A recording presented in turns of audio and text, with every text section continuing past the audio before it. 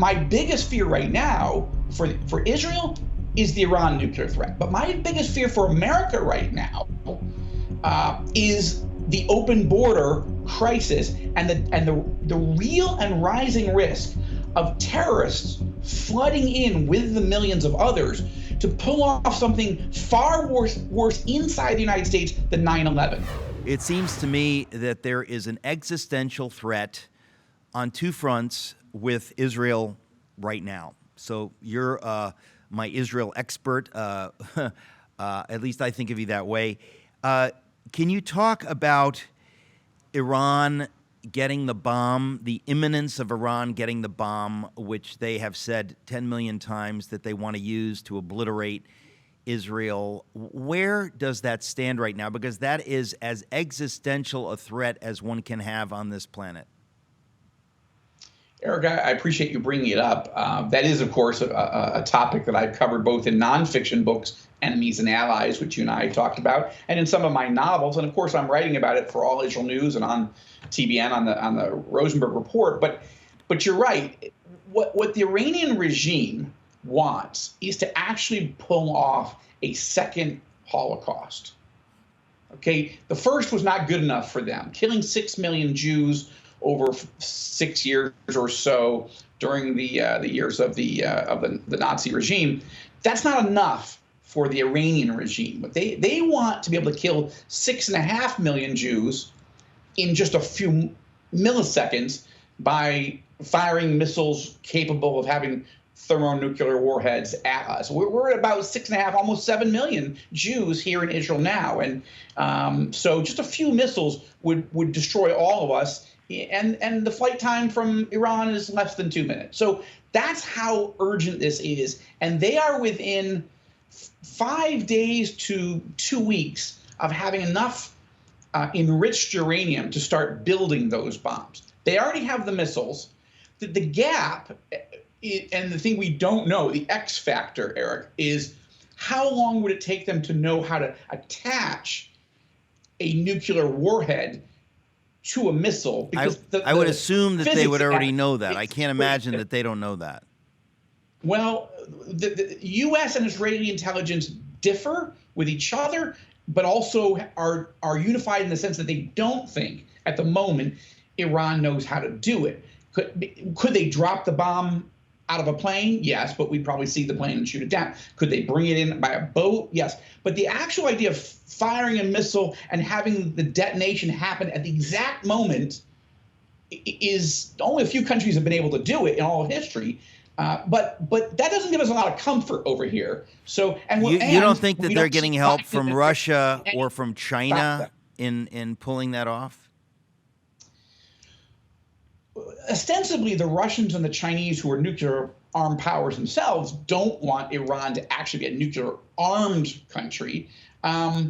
They say North Korea, and as I've written about both in nonfiction and in fiction, actually have built their own nuclear weapons. We believe they do know how to do this. And so the question is that I've always raised is, how much is Iran doing to buy either fully operational nuclear warheads or the data that North Korea has developed? Then they would, but you're acting as though they could do something with North Korea without the approval of China. If they're going to do that, China would be approving. They would just not be approving publicly.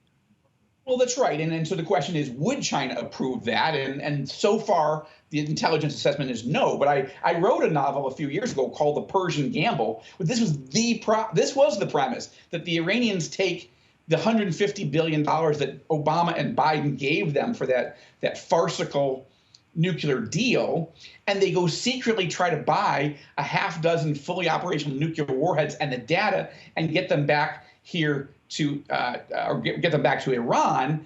And I actually talked about that with President Trump in the Oval Office, because I brought him a copy, and he you're like, Joel, that would be very scary. And I said, it would, Mr. President. And he goes, how do you know that the Iranian regime isn't trying to do that right now? And I said, well, Mr. President, I'm hoping that you and Vice President Pence on one side and Secretary Pompeo, John Bolton at that time, National Security Advisor, are doing everything you can every day to make sure the Persian gamble never comes true. And he laughed and he said, well, we are. But this is fiction at the moment. But how close how close are we? I don't know that question. And that makes people here in Israel and throughout the Middle East, the Arab world too, very, very worried. Well, look, it seems to me that Israel is not the kind of country to sit around and see what happens. That if they felt any of this were imminent, they would do what's necessary to protect themselves. They would preemptively strike those locations in Iran before Iran is able to pull this off. That alone ought to scare the world, because we know that, as much as I would approve of them doing that, it might draw us into World War III. Well, that's right, and this is why it really should be the Biden administration that would take out those facilities, because Iran's not going to actually start a full-blown war with the world's only superpower, and the United States has all the capabilities. But Biden has zero interest. He is withdrawing interest, money, troops, missile defense systems from the Middle East. And that is making it more likely in the next 2 years that Israel would have to go it alone, because we don't feel that the Biden administration, the president himself, is going to take decisive action. And that's leaving us very much alone. So let's connect the dots of how many evangelical Christian leaders in America who said, don't vote for Donald Trump, vote for Joe Biden, or don't vote. I believe many of them really and truly don't care whether Israel is blown off the face of the map, because I don't see how else you can conclude that it would be okay to vote for somebody like Biden. This is as serious as it gets, and I am almost daily astonished by so-called self-appointed evangelical leaders, whether it's Russell Moore or David French, or less vocally people like Rick Warren, who seem to be fine with the Biden administration, with the possibility of any administration, as long as it's Donald Trump. And they have to know that the Biden administration, at least they have to know now, after a couple of years of Biden, that Biden is not going to stick his neck out for anybody, and that if he is in fact being controlled by Obama people, he really doesn't, he just doesn't have the will to do anything like protect Israel. Because I'm sorry to say, I get the impression that there are a lot of people who are leading the Democratic Party today who are anti-Israel. They're not just agnostic on the subject, they're anti-Israel. Well, I think you just packed in a lot into that, but I don't disagree with anything. I would say there's a lot of moral confusion in American evangelical thinking right now. And I say that with sadness, because I understood. Look, because we've talked about it, and I've talked about it with the president. I was a never Trumper until 4 days before the 2016 election. And in the end, my wife was like, listen, do you believe that Hillary Clinton will keep all of her promises? I said, yeah, that's why I'm terrified of her. Well, do you believe that Donald Trump will keep his conservative promises? I said, I'm not sure, because I don't trust him. And I think a lot of evangelicals who were never Trumpers in 2016 have been I understand why they were, because I had troubles. So do I. I know. Absolutely. But what is not useful is to be unable or unwilling to adjust when somebody does something right, or a lot of things right. If you're just going to stay in the heck no, we won't go mode, compared to someone who's going to be abortion on demand, doesn't know the difference between a man and a woman, and has thrown the border, the U.S.-Mexican border, open to 5.7 million people. It's literally an invasion.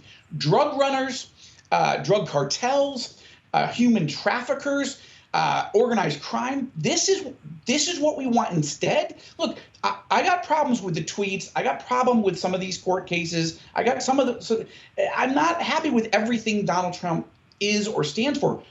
But that doesn't mean that his list of deliverables to evangelicals was better than any other person, including presidents who are evangelicals. Right? And that leads me to this. My biggest fear right now for Israel is the Iran nuclear threat. But my biggest fear for America right now is the open border crisis and the real and rising risk of terrorists flooding in with the millions of others to pull off something far worse inside the United States than 9/11.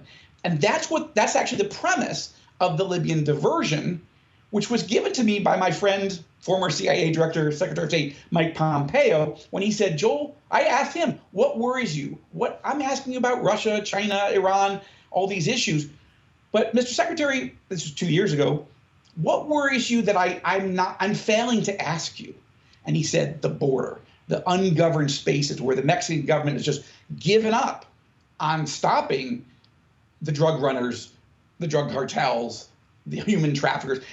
Isn't Biden and his team against human trafficking? Doesn't he want to protect little girls and vulnerable women and boys and men? Doesn't he believe in stopping terrorists? This is rising, Eric, to an impeachable offense. The Constitution in Article 4, Section 4, specifically and explicitly states that the president and the federal government, one of their roles in the Constitution is to protect the states and the American people from an invasion. I just can't believe you're saying it's rising to an impeachable offense. Are you going to stop the invasion? It has been an impeachable offense. They have from the beginning made it clear. Listen, this is ugly, ugly stuff. When you recognize that there are people like Joe Biden and his administration who genuinely do not care about girls getting raped, they simply don't. Their actions prove that they don't care, that they have bigger fish to fry, and if there's collateral damage, if the cartels get in, if Chinese forces invade, which many people on the border have said is already happening, it seems obvious that the Biden administration is about as anti-American, forget anti-evangelical, as anti-American as anything we have ever seen. And we still have evangelical leaders either carrying water for the Biden administration or making it sound like it doesn't matter, we shouldn't be political, let's not vote, it doesn't matter who gets in.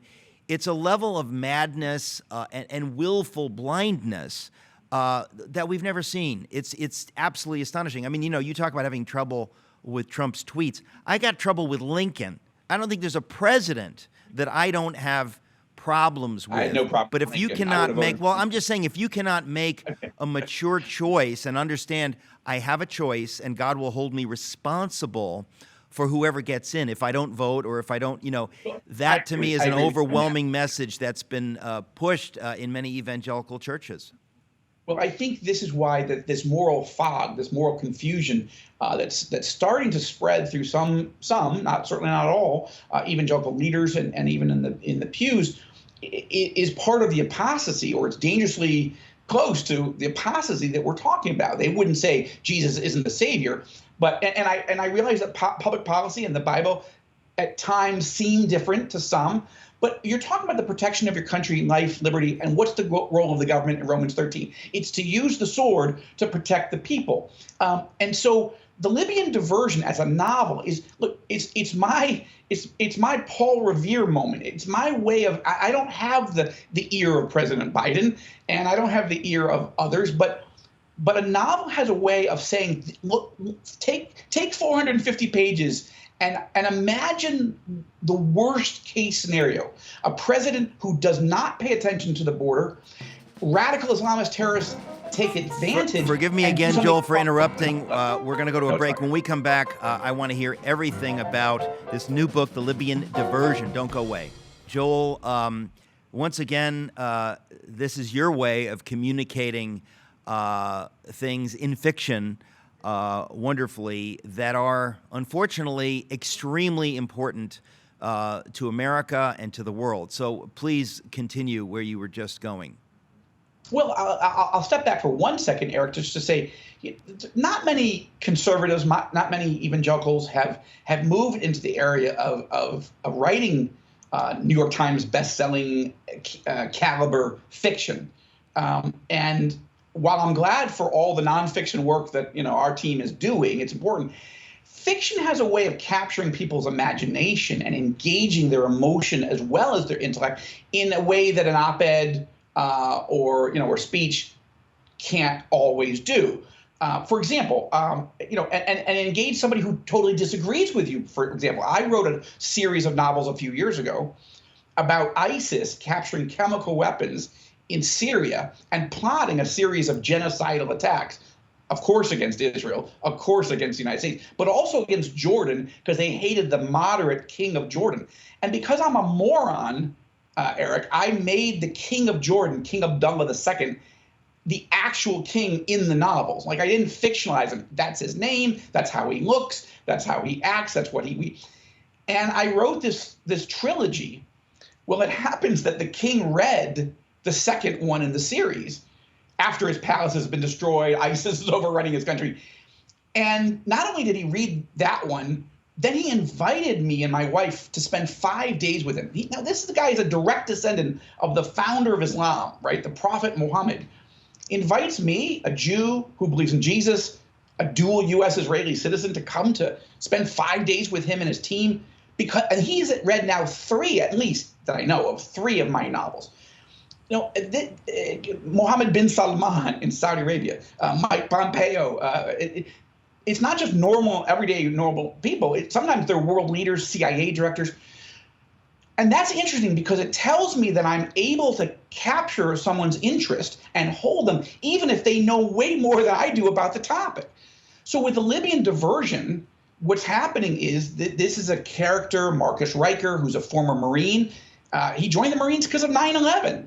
He saw 9/11. He went to the recruiting office. He signed up. He went to Afghanistan for multiple tours, decorated in combat. Iraq as well, worked for the U.S. Secret Service. Now he works for the CIA, and he's tasked with hunting down the worst terrorist on the planet, Abu Nakba, Arabic for the father of catastrophe. Long story short, just to go back to our previous point, he's hunting Abu Nakba, but Abu Nakba knows it and is trying to divert the attention of the United States, the attention of Marcus Riker. Why? To get the U.S. focused on other things so that he can infiltrate the United States via Mexico, this unguarded, unsecured border, with terrorists and radioactive nuclear dirty bombs to bring about a mass casualty attack far worse than anything that was imagined even on 9/11. Now, right now it's fiction, but given what the complete dereliction of duty by President Biden on that border, it will be unpardonable. No American will forgive a president or a party that allows this to happen if it happens in real life. But I don't want to impeach him later. He either has to change course or he needs to be removed now before this catastrophe comes. And that's where fiction and fact, sort of collide in my heart. And that's why I appreciate you having me on the show just to talk about this is work. If it was just entertainment, wonderful. You're watching Mission Impossible, right. You're watching, I don't know, some Netflix show. But this thing could happen, and I don't want to be prescient. Well, okay? It's one of the reasons some people write books. I didn't have that intention when I wrote my Bonhoeffer book, which everybody says reads like a novel, which I guess is why more people have read it. But and that long, it better be readable. Well, and it was. I loved it. I read it twice. Well, thank you. Now, if you read it 3 times, you really should buy a fresh copy. I want to be clear about that. Okay. But seriously, the fact is that when you read these things, you're kind of responsible for the information. So when I say when people read my Bonhoeffer book, many of them wake up to this seems like it's happening in America today that the church is asleep and that their voice is trying to wake up the church, and the church says, it's not my business. I want to stay in my theological lane, which relates to your book, The Libyan Diversion. These threats are as real as threats can be, but there are still many who call themselves evangelicals who are so blind. I think that really they are so emotionally invested in a certain narrative that they have made themselves blind to what is happening. The idea, I mean, it's one thing for a David French or a Russell Moore to, a few years ago, tremendously naively say that I think Biden is going to govern in a moderate way and he's going to bring more sensibility. I mean, it was preposterous then. But now, right, with 2.5 years under our belt, to see that nightmare and then to still see these elements in the evangelical church refuse to see what people like Mike Pompeo and you and anybody with eyes to see sees, that to me is what's so frightening, that there are some people who are not governed by reason, but are just have an animus, I guess, against Donald Trump, who don't seem to understand that we are really facing these things, and they're going to be responsible. You can't tell us how the Libyan diversion ends, but in the 30 seconds we have left, tell us what you can about this book. People should buy it. They should read it, and then they should pray on every page, Lord Jesus, please let this never happen. This is why the primaries are important, because Trump has a great record, but okay, he's going to have to prove it that he's the right guy the next time. There's some good people running. Wonderful. That's democracy. And then, I was just talking to a senior Democrat recently who's shocked that Biden is going to be the nominee, because one medical event. I'll leave you with this. In the book, the current president has a massive stroke, and they have to invoke the 25th Amendment. Hang on a second. This is too good. I'm going to interrupt you again. We've got a couple of minutes left with our friend Joel Rosenberg. Don't go away. And I actually haven't said this on any of the other interviews, because I don't think anyone else is that interested. I'm so focused on the border issue, and that's what people want to talk about, and I appreciate that. But there's another element in the Libyan diversion, and that is my fictional American president has a massive stroke in the book. And the 25th Amendment to remove a president because he or she is not capable has never been invoked in American history. I mean, it only came up in the 60s, but still, it's never happened. We've never used it. There was talk, as you'll recall, right at the end of the Trump administration by Nancy Pelosi, Chuck Schumer, but they weren't talking about Trump. He was on the way out. They were talking about Joe Biden. They were worried about him, but then they watched Kamala Harris in action, and she became an insurance policy for Biden. No one's going to remove him because they're worried that somebody worse and less competent would take over. Now, I'm not going to get into all the details in my novel, but I've never read a novel where where a president actually had a stroke and they had to go through the 25th Amendment process. And this creates chaos and it distracts from the business of the country. But the Democrats right now are putting up a man who I don't want to be mean. I'm still an evangelical. But I have to say, I'm worried for Joe Biden. Yes, I'm worried for the country, the U.S. and Israel and our Arab allies, all of our allies. But I think it's cruel with the challenges he's having. But it's also, it could be good for the Republican Party, but it's bad for America to put somebody who's doing so badly, who has real cognitive issues, not every moment, not every day, not the way you could slander him, but enough to say 4 more years, that is not a good setup. And then who do we get, if he wins, who comes next? And so I wasn't really trying to focus on Biden per se. He's not a Biden-esque character, except that he's terrible on the border. But he's actually a Republican in the book. But it worries me that America looks very much on the down, the decline. And when an imperfect leader comes in and starts to take us in the right direction, that's a good thing. when an imperfect person comes in and takes us in the wrong direction, that's a dangerous thing. And that's where we are right now.